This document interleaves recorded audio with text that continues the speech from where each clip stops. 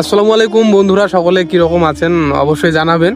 এবং আমি আপনাদের মানে সাথে যেটা তুলে ধরতে চলেছি সেটা হচ্ছে, না দেখেন ভাই শরম নাকে, যেটা তুলে ধরতেছি সেটা হচ্ছে যে আপনারা হয়তো দেখেছেন কিনা জানি না, তবে আপনাদেরকে দেখাচ্ছি, তো দেখেন এবং জানাবেন যদি দেখে থাকেন। এটা দেখাচ্ছি, দেখেন। এখন আমরা আছি আলু ক্ষেতের পাশে। তো এখানে আমি এসে যেটা দেখতে পেলাম সর্বপ্রথম সেটা হচ্ছে, মানে আমার কাছে বিষয়টা একটু আচমকা লাগলো। তো আমি ভাবলাম যে এটা আপনাদের সঙ্গে শেয়ার করি।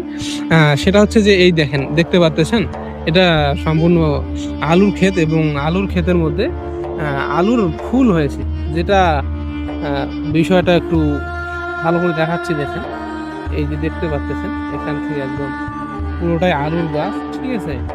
তো ফুল হয়েছে আলুর গাছের উপর। তো কিরকম, এটা যদি আপনারা কখনো আগে দেখে থাকেন তাহলে অবশ্যই কমেন্টের মধ্যে জানাবেন। আপনাকে ধন্যবাদ, ভালো থাকবেন, সুস্থ থাকবেন। এটা আমার কাছে খুবই ভালো লাগলো দেখে, যে আলু আবার ফুল হয়। হ্যাঁ, এটা এখানে আরো একটা হয়েছে, এই যে দেখতে পাচ্ছেন, এটা ছোট কিন্তু প্রবাসটা বড়। এইদিকে হচ্ছে কোথায়, ওই যে এখানে।